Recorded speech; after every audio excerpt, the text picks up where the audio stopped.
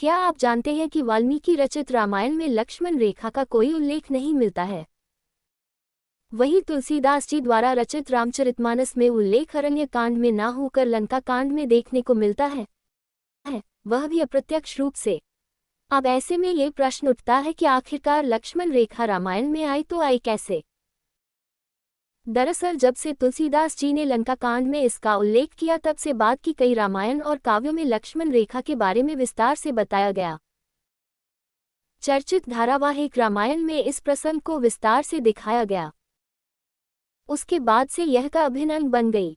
आज हम आपके साथ इसी लक्ष्मण रेखा का रहस्य साझा करने वाले हैं। रामायण की कथा में लक्ष्मण रेखा का बहुत महत्व है क्योंकि इसे लांघ कर ही माता सीता का अपहरण हुआ था।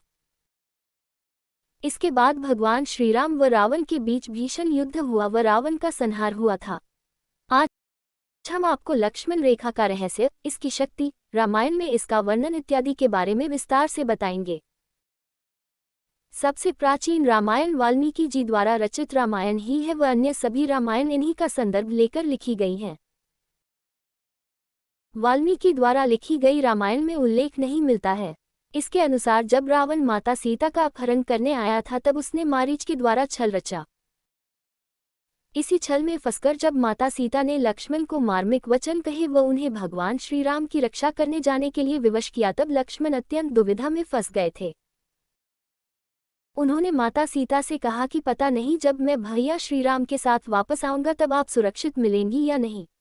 इसके बाद लक्ष्मण माता सीता को वहां के वनों, दिशाओं व पशु पक्षियों के भरोसे छोड़कर सीधे चले गए थे।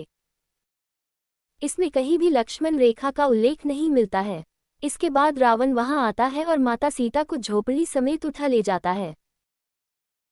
चून की झोपड़ी में लक्ष्मण अभ्यांतरिक शक्तियों का प्रयोग करके जाता है जिस कारण रावण उसमें घुस नहीं पाता है। इसलिए वह माता सीता को झोपड़ी समेत ही उठा ले जाता है। तुलसीदास जी द्वारा रचित रामचरितमानस में भी इसका सीधा उल्लेख नहीं मिलता है। माता सीता के अपहरण का उल्लेख रामचरितमानस के अरण्य कांड में आता है। वहां का कुछ भी उल्लेख नहीं मिलता है, किंतु इसी पुस्तक के लंका कांड में इसका अप्रत्यक्ष रूप से उल्लेख मिलता है। जब भगवान श्रीराम व लक्ष्मण वानर सेना के साथ लंका पर चढ़ाई कर देते हैं व रावण की सेना के साथ उनका युद्ध शुरू हो जाता है तब रावण की पत्नी मंदोदरी उसे समझाती है। वह रावण को भगवान श्रीराम व लक्ष्मण की शक्ति का एहसास करवाने के उद्देश्य से कटाक्ष करते हुए कहती है कि जब आप सीता का अपहरण करते समय भगवान श्रीराम के छोटे भाई लक्ष्मण के द्वारा खींची गई एक रेखा तक को पार नहीं कर पाए थे तो उनसे युद्ध क्या करेंगे। इसी के बाद से रामायण में लक्ष्मण रेखा की कथा को बल मिला। उसके बाद विभिन्न सिद्ध पुरुषों व ऋषि मुनियों ने रामायण का अन्य भाषाओं में भी अनुवाद किया। कुछ रामायण में का विस्तृत रूप में वर्णन दिया गया व सीता हरण के समय उसे मुख्य रूप से प्रदर्शित किया गया। जब रावण अपने मामा मारीच के साथ माता सीता के अपहरण के लिए आता है तब मारीच एक सुंदर मृग का रूप धारण कर उन्हें अपनी ओर आकर्षित करता है। माता सीता के कहने पर भगवान श्रीराम उस मृग को लेने के लिए जाते हैं व उसके पीछे भागते भागते बहुत दूर तक निकल जाते हैं। अंत में भगवान राम उसका वध कर देते हैं। वह मृग मरते हुए भगवान श्रीराम की आवाज में सहायता के लिए जोर जोर से चिल्लाता है। वह आवाज सुनकर माता सीता व्याकुल हो उठती हैं।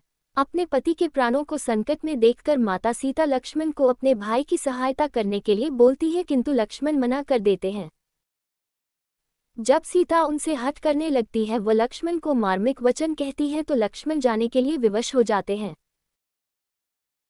चूंकि लक्ष्मण को इसमें किसी षड्यंत्र की आशंका होती है तो वे अपने तप के फलस्वरूप माता सीता की कुटिया के चारों ओर अपने बाण से एक रेखा खींचते हैं जिसे कहा जाता है। लक्ष्मण माता सीता को इस रेखा को उनके आने तक पार न करने को कहते हैं जिससे वे किसी भी प्रकार के राक्षस या माया से बची रह सकती थी। इसके बाद लक्ष्मण अपने भाई की सहायता के लिए चले जाते हैं, किंतु रावण छलवश माता सीता का अपहरण करने में सफल हो जाता है। रावण एक पराक्रमी राजा था व असुरों का सुर था। उसमें इतनी शक्ति होने के बाद भी वह एक रेखा को लांघ नहीं पाया था। इसका वर्णन भी वेदों व पुराणों का अध्ययन करके पाया जा सकता है। वेदों के अनुसार एक मनुष्य अपनी योग व ध्यान की शक्ति से ऊर्जा का एक जगह संचार कर सकता है। ये शक्ति तब और भी बढ़ जाती है जब व्यक्ति ब्रह्मचर्य का पालन कर रहा हो। लक्ष्मण 14 वर्षों से अपने भाई व भाभी की सेवा में तैनात थे व अपनी पत्नी उर्मिला से दूर ब्रह्मचर्य का पालन कर रहे थे। साथ ही वे प्रतिदिन गहन योग व साधना भी किया करते थे, जिस कारण उनके अंदर असीमित ऊर्जा का संग्रहण हो गया था।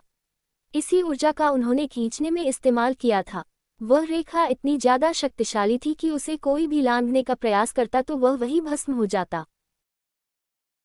इसी कारण परम प्रतापी होने के पश्चात भी रावण उस लक्ष्मण रेखा को पार नहीं कर पाया था।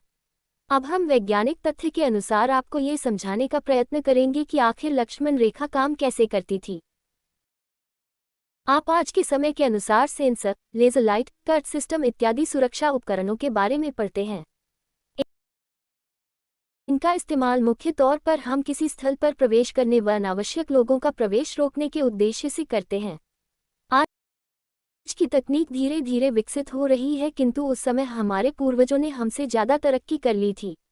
इसका उदाहरण आप पुष्पक विमान, ब्रह्मास्त्र, अन्य दैवीय अस्त्र, ग्रहों की गणना इत्यादि से देख सकते हैं। उसी प्रकार लक्ष्मण ने भी अपनी ऊर्जा का प्रयोग करके एक ऐसा सेंसर सिस्टम लगाया था जिसको छूने से कोई भी व्यक्ति उसके कर्क व ताप से जलकर भस्म हो सकता था। किंतु वही सेंसर माता सीता के स्पर्श से एक्टिव नहीं होते थे व उन्हें पार करने की अनुमति देते थे।